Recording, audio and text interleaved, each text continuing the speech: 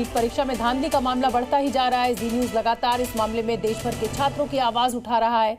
सबसे पहले आपको हम ग्राफिक्स के जरिए दिखाते हैं, बताते हैं कि आखिर नीट में स्कैम के क्या आरोप है। तो पहला जो स्कैम है, पहली बार नीट परीक्षा में 67 टॉपर यानी 67 छात्रों को 720 में से 720 अंक मिले हैं। दूसरा स्कैम, पहली बार नीट परीक्षा में 1563 छात्रों को ग्रेस मार्क्स दिए गए, वजह बताई गई समय की बर्बादी।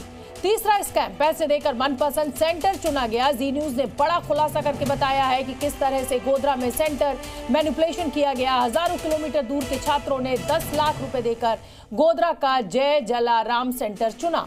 चौथा स्कैम, पटना में पेपर लीक का आरोप है। बिहार में 5 मई को परीक्षा वाले दिन ही पेपर लीक का आरोप लगा था। पुलिस ने अब इस मामले में कई लोगों को गिरफ्तार किया है। वहीं मामले में बिहार पुलिस की ओर से दर्ज की गई एफआईआर में पेपर लीक का जिक्र किया गया है।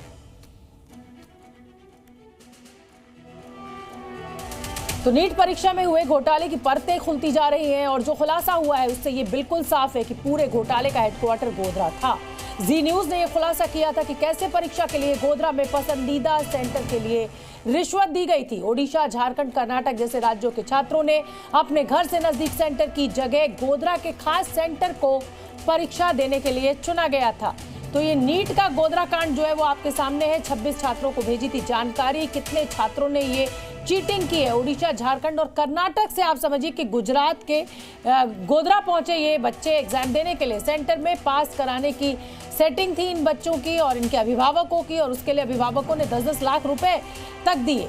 तो ये जो नीट का पूरा गोधरा कांड है वो आपके सामने इस समय हम ग्राफिक्स के जरिए बता रहे हैं। और इतनी दूर क्यों गए छात्र, ये अब आपको समझ में आ ही गया होगा।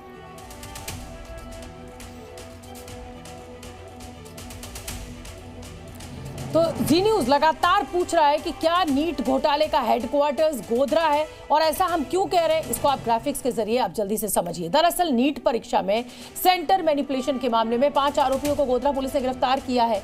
इनमें से एक तुषार भट्ट गोधरा के जलाराम स्कूल का टीचर है, जो नीट परीक्षा में सेंटर कोऑर्डिनेटर था। और पुलिस को 5 मई के दिन रेड में तुषार की कार से 7 लाख रुपए कैश मिला था।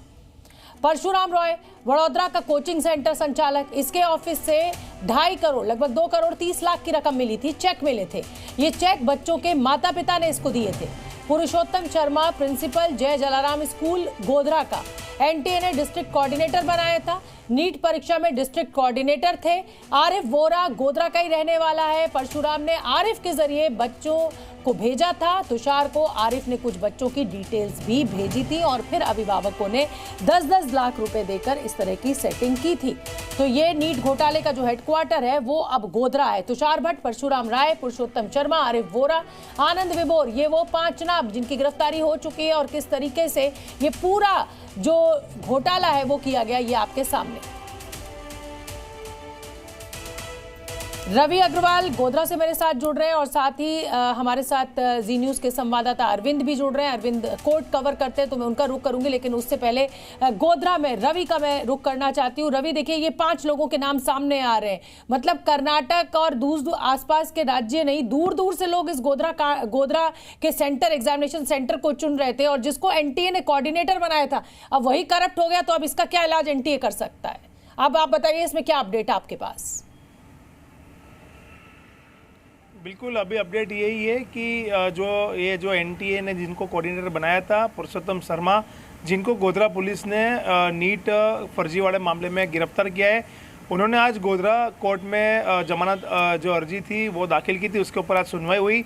कोर्ट ने अपना फैसला सुरक्षित रखा है। कोर्ट अपना फैसला आने वाले समय में सुनाएगा। लेकिन जिस तरह से दोनों पक्ष के जो वकील है उन्होंने कोर्ट में दलील की, और जिसमें सरकारी वकील ने कहा है कि ये कोऑर्डिनेटर होने के बावजूद भी इनकी ही छत्रछाया में ये पूरा जो षड्यंत्र था फर्जीवाड़े का वो रचा गया। ये सब एक दूसरे से मिले हुए हैं। और जो स्टूडेंट्स की लिस्ट तुषार भट्ट के मोबाइल से पुलिस ने बरामद की है, वही स्टूडेंट्स की, उसमें से कुछ स्टूडेंट की लिस्ट जो पुरुषोत्तम शर्मा है उसके घर से भी पुलिस ने बरामद की थी। यानी ये सब एक दूसरे से कनेक्टेड थे, इसीलिए किसी को जमानत नहीं देनी चाहिए, ऐसा सरकारी वकील ने कहा है। जबकि पुरुषोत्तम शर्मा के वकील ने ये कहा है कि वो यह केस में इन्वॉल्व ही नहीं है। जो तुषार भट्ट और आरिफ वोरा है वो सिर्फ उनके घर पर सडनली मिलने गए थे, खाना खाने गए थे, लेकिन इस तरह की कोई बातचीत नहीं हुई है। यानी कहीं ना कहीं कह सकते हैं कि अब ये जो आरोपी है वो जमानत लेने के लिए अब जो है वो कोशिश कर रहे हैं, लेकिन कोर्ट ने फैसला सुरक्षित रखा है। दूसरी तरफ पुलिस के द्वारा जो परशुराम रोही की ऑफिस से जो महत्वपूर्ण पुरावा यानी जो एविडेंस जब्त किया है, जिसमें जो पेरेंट्स ने पुरुषोत्तम रोही को चेक दिए थे, वो चेक के पीछे पेरेंट्स के फोन नंबर्स भी लिखे थे। उसमें से 5 पेरेंट्स को बुलाकर पूछताछ भी की है। बिल्कुल रवि, और चेक दिए, माता पिता ने चेक दिए, और चेक का तो रिकॉर्ड होता है। अगर चेक किसी के अकाउंट से दूसरे के अकाउंट में ट्रांसफर होगा पैसा, तो ये तो रिकॉर्ड होता है। कैश का तो चलिए मान लिया कि रिकॉर्ड रखना मुश्किल होता है।